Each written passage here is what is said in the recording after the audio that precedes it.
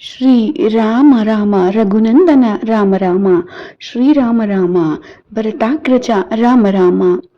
ನಮಸ್ಕಾರ ಸ್ನೇಹಿತರೆ, ನಮ್ಮ ಚಾನೆಲ್ಗೆ ನಿಮಗೆಲ್ಲರಿಗೂ ಹೃತ್ಪೂರ್ವಕವಾದ ಸ್ವಾಗತ. ಭಕ್ತಿ, ತಾಳ್ಮೆ ಮತ್ತು ನಿಸ್ವಾರ್ಥ ಸೇವೆಯ ಪ್ರತೀಕವಾಗಿರುವ ಶಬರಿಯ ಜೀವನದ ಕತೆ ನಮ್ಮೆಲ್ಲರಿಗೂ ಆದರ್ಶವಾಗಿದೆ. ಹಲವು ವರ್ಷಗಳ ಕಾಲ ಶ್ರೀರಾಮನ ದರ್ಶನಕ್ಕಾಗಿ ಕಾದು ಅಪಾರ ಭಕ್ತಿಯಿಂದ ಜೀವನವನ್ನೇ ನಡೆಸಿದ ಶಬರಿಯ ಕತೆ ರಾಮಾಯಣದಲ್ಲಿ ಅತ್ಯಂತ ಸ್ಫೂರ್ತಿದಾಯಕವಾದದ್ದು. ಇಂದು ಶಬರಿಯ ಭಕ್ತಿ, ಶ್ರೀರಾಮನ ಮೇಲಿನ ಅವಳ ಅಪಾರ ಪ್ರೀತಿ ಹಾಗೂ ಅವಳಿಗೆ ದೊರೆತ ದೈವಾನುಗ್ರಹದ ಬಗ್ಗೆ ಈ ವಿಡಿಯೋ ಮೂಲಕ ತಿಳಿದುಕೊಳ್ಳೋಣ. ನಾವು ಚಿಕ್ಕವರಿರುವಾಗ ನಮ್ಮ ಪಠ್ಯ ಪುಸ್ತಕದಲ್ಲಿ ಸೀತಾರಾಮಯ್ಯನವರ ಕಾದಿರುವಳು ಶಬರಿ, ರಾಮ ಬರುವೆನೆಂದು ತನ್ನ ಪೂಜೆ ಕೊಡುವೆನೆಂದು ಎಂಬ ಪದ್ಯವಿತ್ತು. ರಾಮಾಯಣದ ಅರಣ್ಯಕಾಂಡದ ಪ್ರಸಂಗವೊಂದರ ಕುರಿತಾದ ಆ ಪದ್ಯದಲ್ಲಿ ರಾಮನ ಮೇಲಿನ ಉತ್ಕಟ ಶ್ರದ್ಧೆಯುಳ್ಳ ವಯಸ್ಸಾದ ಮಹಿಳೆಯು ಶಬರಿ. ಕಾಡಿನಲ್ಲಿ ರಾಮನ ದರ್ಶನಕ್ಕಾಗಿಯೇ ತನ್ನ ಜೀವವನ್ನು ಕಾಯ್ದಿಟ್ಟುಕೊಂಡಿರುವ ಮತ್ತು ರಾಮ ಲಕ್ಷ್ಮಣರನ್ನು ನೋಡಿ ಅವರಿಗೆ ಆತಿಥ್ಯ ಮಾಡಿ ಮುಕ್ತಿ ಹೊಂದುವ ಸುಂದರವಾದ ಪ್ರಸಂಗವಿದ್ದು, ಆಕೆಯ ಬಗ್ಗೆ ತಿಳಿಯೋಣ.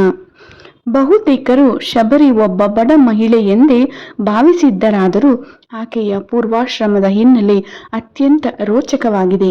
ಶಬರಿಯು ನಿಷಾದ ಬುಡಕಟ್ಟಿನ ಬೇಟೆಗಾರ ರಾಜನ ಮುದ್ದಿನ ಮಗಳಾಗಿದ್ದು, ಆಕೆ ವಿವಾಹದ ವಯಸ್ಸಿಗೆ ಬಂದಾಗ ಆಕೆಗೊಂದು ಸುಂದರವಾದ ವರನನ್ನು ಹುಡುಕಿ ಆಕೆಯ ಮದುವೆ ಮಾಡಲು ಮುಂದಾಗುತ್ತಾನೆ.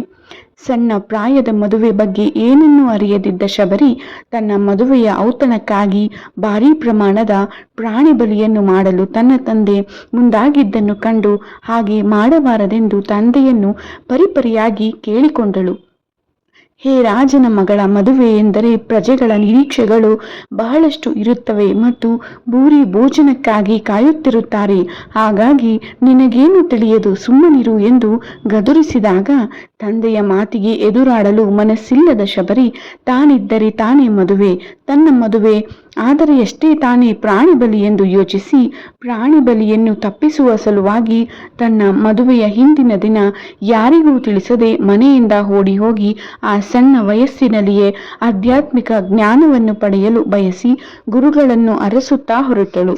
ಆಕೆ ಇನ್ನು ಸಣ್ಣ ವಯಸ್ಸಿನವಳು ಮತ್ತು ಆಕೆ ಬೇಡರ ವಂಶದ ಹಿನ್ನೆಲೆಯವಳಾಗಿದ್ದರಿಂದ ಆಕೆಗೆ ಅಧ್ಯಾತ್ಮದ ಬಗ್ಗೆ ಏನೂ ತಿಳಿದಿರುವುದಿಲ್ಲ ಎಂಬ ಕಾರಣದಿಂದಾಗಿ ಅನೇಕ ಋಷಿಮುನಿಗಳು ಆಕೆಯನ್ನು ಶಿಷ್ಯಳಾಗಿ ಸ್ವೀಕರಿಸಲು ನಿರಾಕರಿಸಿದಾಗ ಅಂತಿಮವಾಗಿ ದಕ್ಷಿಣದ ಕಡೆಗೆ ಬಂದಾಗ ಋಷ್ಯಮುಖ ಪರ್ವತದ ತಪ್ಪಲಿನಲ್ಲಿ ಮಾತಂಗ ಋಷಿಯನ್ನು ಭೇಟಿಯಾಗಿ ಅವರು ಆಕೆಯನ್ನು ಶಿಷ್ಯೆಯಾಗಿ ಸ್ವೀಕರಿಸಿ ನಿರಂತರವಾಗಿ ಭಕ್ತಿಯಿಂದ ಗುರುಗಳ ಸೇವೆ ಮಾಡುತ್ತಾ ಜ್ಞಾನಾರ್ಜನೆಯಲ್ಲಿ ತೊಡಗಿಕೊಂಡಳು.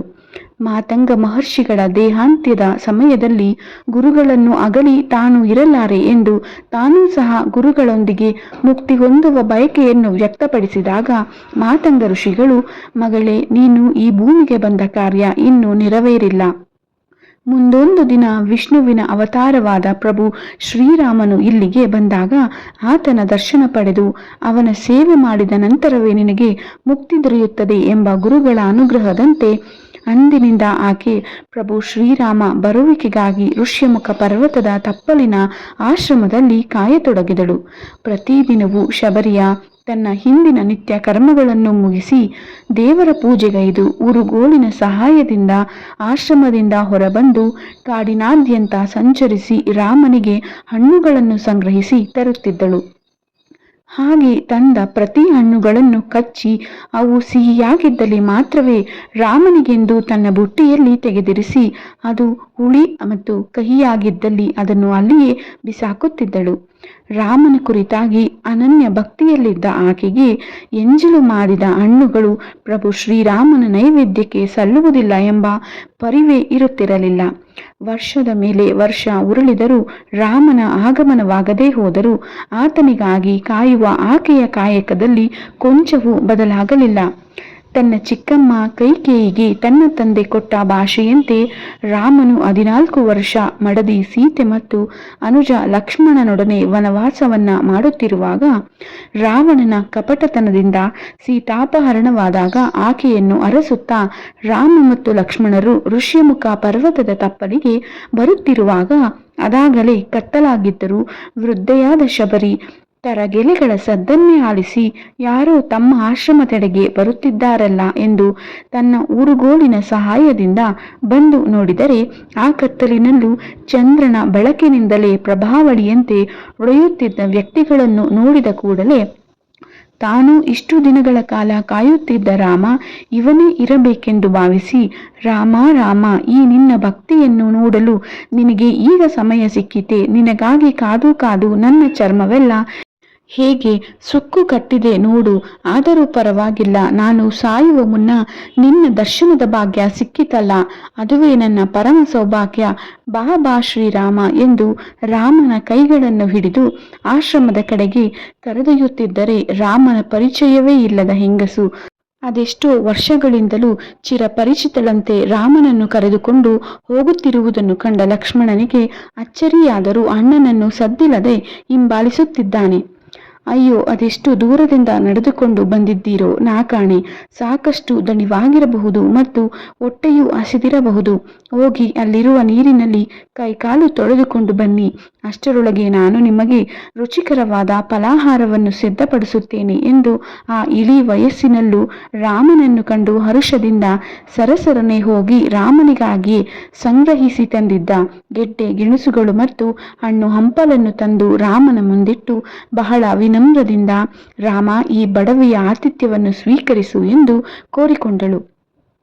ಆಕೆಯ ಭಕ್ತಿ ಪರಾಕಾಷ್ಠೆಯ ಪ್ರೀತಿಗೆ ಮಾರುಹೋದ ರಾಮನು ಒಂದು ಹಣ್ಣನ್ನು ತೆಗೆದುಕೊಂಡು ಇನ್ನೇನು ಹಲ್ಲುಗಳಿಂದ ಕಚ್ಚಿ ತಿನ್ನಬೇಕು ಎನ್ನುವಷ್ಟರಲ್ಲಿ ತಟ್ಟೆಂದು ರಾಮನ ಕೈಗಳಿಂದ ಹಣ್ಣನ್ನು ಕಿತ್ತುಕೊಂಡ ಶಬರಿ ಕೂಡಲೇ ಆ ಹಣ್ಣನ್ನು ಮತ್ತೊಮ್ಮೆ ಕಚ್ಚಿ, ಛೀ, ಇದು ಹುಳಿಯಾಗಿದೆ, ಇದು ಬೇಡ ಎಂದು ಬೇರೊಂದು ಹಣ್ಣನ್ನು ತೆಗೆದುಕೊಂಡು ಅದು ಸಿಹಿಯಾಗಿದೆ ಎಂದು ಖಾತ್ರಿ ಪಡಿಸಿಕೊಂಡು, ತಗೋ ರಾಮ, ಈ ಹಣ್ಣು ತಿನ್ನು, ಬಹಳ ರುಚಿಯಾಗಿದೆ ಎಂದು ಹೇಳಿದಾಗ ತಾನು ತಿನ್ನಬೇಕಾದ ಹಣ್ಣನ್ನು ಆಕೆ ಕಚ್ಚಿ ಎಂಜಲು ಮಾಡಿದ್ದಾಳೆ ಎಂಬುದನ್ನು ಲೆಕ್ಕಿಸದೆ ರಾಮಚಂದ್ರ ಸಂತೋಷದಿಂದ ಶಬರಿ ನೀಡುತ್ತಿದ್ದ ಹಣ್ಣು ಹಂಪಲುಗಳನ್ನು ಒಂದೊಂದಾಗಿ ತಿನ್ನತೊಡಗಿದ. ಶಬರಿಯ ಎಂಜಿಲು ಹಣ್ಣುಗಳನ್ನು ಲಕ್ಷ್ಮಣನು ತಿನ್ನಲು ಒಪ್ಪದೆ ಹಾಗೆ ಕುಳಿತಿದ್ದನ್ನು ಗಮನಿಸಿದ ರಾಮನು, ಅಯ್ಯ ಅನುಜ, ತಾವು ಇದುವರೆಗೂ ಸೇವಿಸಿದ ಬಗೆಯ ಆಹಾರಗಳಲ್ಲಿ ಇಷ್ಟು ಭಕ್ತಿಯಿಂದ ಅರ್ಪಿಸಿದ ಈ ರುಚಿಯಾದ ಹಣ್ಣುಗಳಿಗೆ ಸರಿಸಮವಾಗಿಯೇ ಇಲ್ಲ. ಹಾಗಾಗಿ ನಿಸ್ಸಂಕೋಚವಾಗಿ ಒಂದು ಹಣ್ಣನ್ನು ನೀನು ತಿಂದು ನೋಡು. ಅನಂತರ ನೀನೇ ಇನ್ನಷ್ಟು ಹಣ್ಣುಗಳನ್ನು ಆಕೆಯಿಂದ ಕೇಳಿ ಪಡೆದು ತಿನ್ನುತ್ತೀಯಾ ಎಂದು ಹೇಳುತ್ತಾ, ಯಾರು ನಮಗೆ ಪ್ರೀತಿಯಿಂದ ಗೆಡ್ಡೆಗೆಣಸುಗಳು, ಹಣ್ಣು, ಹೂವು ಅಥವಾ ಕನಿಷ್ಠ ಪಕ್ಷ ನೀರನ್ನಾದರೂ ಅರ್ಪಿಸುತ್ತಾರೋ ಅದನ್ನು ನಾವು ಯಾವುದೇ ಸಂಕೋಚವಿಲ್ಲದೆ ಸೇವಿಸಿದಾಗಲೇ ಅವರ ಭಕ್ತಿಗೆ ಒಂದು ರೀತಿಯ ಫಲ ದೊರೆಯುತ್ತದೆ. ಹಾಗಾಗಿ ಹಿಂದು ಮುಂದು ನೋಡದೆ ಸಂತೋಷವಾಗಿ ಆಹಾರವನ್ನ ಸ್ವೀಕರಿಸು ಎಂದು ಹೇಳಿದಾಗ ಅಣ್ಣನ ಮಾತುಗಳನ್ನು ಎಂದಿಗೂ ಮೀರಿದ ಲಕ್ಷ್ಮಣನು ಸಹ ಫಲಾಹಾರಗಳನ್ನು ಸ್ವೀಕರಿಸಿ ಸಂತುಷ್ಟನಾಗುತ್ತಾನೆ. ಪ್ರಭು ಶ್ರೀರಾಮಚಂದ್ರನ ದರ್ಶನವೇ ತನ್ನ ಜೀವನದ ಅಂತಿಮ ಗುರಿ ಎಂದು ಆತನಿಗಾಗಿ ವರ್ಷಾನುಗಟ್ಟಲೆ ಕಾದಿದ್ದ ಶಬರಿಗೆ ಇಂದಿಗೆ ತನ್ನ ಜೀವನ ಸಾರ್ಥಕವಾಯಿತು. ದಯವಿಟ್ಟು ನನ್ನೀ ದೇಹತ್ಯಾಗ ಮಾಡಿ ನನ್ನ ಗುರು ಮಾತಂಗರನ್ನು ಸೇರಿಕೊಳ್ಳಲು ಅನುಮತಿ ನೀಡು ರಾಮ ಎಂದು ಕೇಳಿಕೊಂಡ ತಕ್ಷಣವೇ ರಾಮನೂ ಸಹ ಆಕೆಯ ತಲೆಯ ಮೇಲೆ ಕೈ ಇಡುತ್ತಿದ್ದಂತೆಯೇ ಆಕೆಯ ಪ್ರಾಣ ಪಕ್ಷಿ ಹಾರಿ ಹೋಗಿ ಭಗವಂತನಲ್ಲಿ ಲೀನವಾಗುವುದರೊಂದಿಗೆ ಶಬರಿಯ ಪುರಾಣ ಮುಕ್ತಾಯವಾಗುತ್ತದೆ. ಇನ್ನು ಶಬರಿಯ ಆಶ್ರಮದ ಬಗ್ಗೆ ಹಲವಾರು ಪ್ರತೀತಿಗಳಿದ್ದು, ಒಂದು ಪ್ರತೀತಿಯಂತೆ ಶ್ರೀರಾಮನಿಗಾಗಿ ಕಾಯುತ್ತಿದ್ದ ಶಬರಿಯ ಆಶ್ರಮವು ಇಂದಿನ ಛತ್ತೀಸ್ಗಢದ ಜಾಂಜ್ಗೀರ್ ಚಂಪಾ ಜಿಲ್ಲೆಯಲ್ಲಿರುವ ಶಿವನಾರಾಯಣದಲ್ಲಿ ನೆಲೆಸಿರುವ ಶಬರಿ ನಾರಾಯಣ ಎಂದು ಪ್ರಸಿದ್ಧಿಯಾಗಿದೆ ಎಂದರೆ, ಇನ್ನೂ ಕೆಲವರು ಕೇರಳದ ಪಟ್ಟಣಂತಿಟ್ಟ ಜಿಲ್ಲೆಯಲ್ಲಿರುವ ಅಯ್ಯಪ್ಪ ಸ್ವಾಮಿ ನೆಲೆಸಿರುವ ಶಬರಿಮಲೆಯಲ್ಲಿಯೇ ಶಬರಿಯ ಆಶ್ರಮವಿದ್ದು ಅಲ್ಲಿಯೇ ಆಕೆಗೆ ರಾಮನ ದರ್ಶನವಾಗಿ ಮುಕ್ತಿ ಪಡೆದ ಕಾರಣ ಆ ಪ್ರದೇಶಕ್ಕೆ ಶಬರಿಮಲೈ ಅಥವಾ ಶಬರಿಮಲೆ ಎಂಬ ಹೆಸರು ಬಂದಿದೆ ಎನ್ನಲಾಗುತ್ತದೆ. ಇನ್ನು ಪಂಪಾ ಸರೋವರದ ಬಳಿ ಶಬರಿಯ ಆಶ್ರಮ ಇತ್ತು ಎಂದು ಹೇಳಲಾಗುತ್ತಿದ್ದು, ಆ ಪಂಪಾ ಸರೋವರವು ಪ್ರಸ್ತುತ ಕರ್ನಾಟಕದ ಕೊಪ್ಪಳ ಜಿಲ್ಲೆಯ ಹಂಪೆಯ ಬಳಿ ತುಂಗಭದ್ರಾ ನದಿಯ ದಕ್ಷಿಣದಲ್ಲಿದ್ದು ಇಂದಿಗೂ ಕಾಣಬಹುದಾಗಿದ್ದು, ಇದರ ಸುತ್ತಮುತ್ತಲೇ ಆಂಜನೇಯ, ವಾಲಿ ಮತ್ತು ಸುಗ್ರೀವ ಎಲ್ಲರೂ ವಾಸಿಸುತ್ತಿದ್ದ ಕಿಷ್ಕಿಂಧೆಯೂ ಇದ್ದು, ಅದೊಮ್ಮೆ ದುಂದುಬಿ ಎಂಬ ಅಸುರನನ್ನು ಕೊಂದು ಸೋಲಿಸಿದ ವಾಲಿಯು ಕೋಪದಲ್ಲಿ ಆತನ ದೇಹವನ್ನು ಆಕಾಶದಿಂದ ಸುಮಾರು ದೂರ ಎಸೆಯುತ್ತಾನೆ.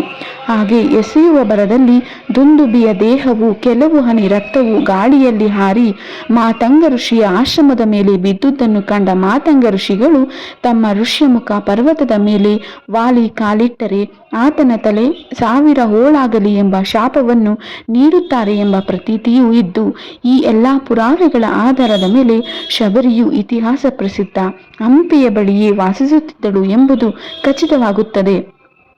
ಶಬರಿಯ ಆಶ್ರಮದ ಕುರಿತಾಗಿ ಎಷ್ಟೇ ಪ್ರತೀತಿ ಇದ್ದರೂ ಶಬರಿಯು ತನ್ನ ಜಾತಿ ಮತ್ತು ಸಾಮಾಜಿಕ ಸ್ಥಾನಮಾನವನ್ನೆಲ್ಲವನ್ನು ಮೀರಿ ಶುದ್ಧವಾದ ಮತ್ತು ನಿಷ್ಕಲ್ಮಶವಾದ ಭಕ್ತಿಯ ಸಂಕೇತದ ಪ್ರತೀಕ ಎಂದರೂ ತಪ್ಪಾಗದು. ತನ್ನ ಅಂತಿಮ ಗುರಿಗಾಗಿ ಅಷ್ಟು ವರ್ಷ ಕಾದ ಆಕೆಯು ತಾಳ್ಮೆ ರಾಮನಿಗೆ ಅರ್ಪಿಸುವ ಹಣ್ಣುಗಳು ಸಿಹಿಯಾಗಿವೆ ಎಂದು ಖಚಿತಪಡಿಸಿಕೊಳ್ಳಲು ಆಕೆ ರುಚಿ ನೋಡಿ ಕೊಡುತ್ತಿದ್ದನ್ನು ಭಕ್ತಿಯ ಪರಾಕಾಷ್ಠೆಯನ್ನು ತೋರಿಸುತ್ತದೆ.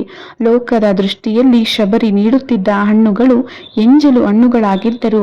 ಆಕೆಯ ನಿಷ್ಕಲ್ಮಶವಾದ ಅನನ್ಯ ಭಕ್ತಿಗೆ ಜಾತಿ, ಕುಲ ಮತ್ತು ಶ್ರೀಮಂತಿಕೆ ಹಂಗಿಲ್ಲ ಎಂದು ಸಂತೋಷದಿಂದ ಈ ಹಣ್ಣುಗಳನ್ನು ರಾಮನು ಜಗತ್ತಿಗೆ ಸಾರಿ ಎತ್ತಿ ತೋರಿಸಿದ್ದು ನಮ್ಮ ವಸುದೈವ ಕುಟುಂಬಕಂ ಎಂಬ ಸನಾತನ ಸಂಸ್ಕಾರಕ್ಕೆ ಮಾದರಿಯಾಗಿದೆ.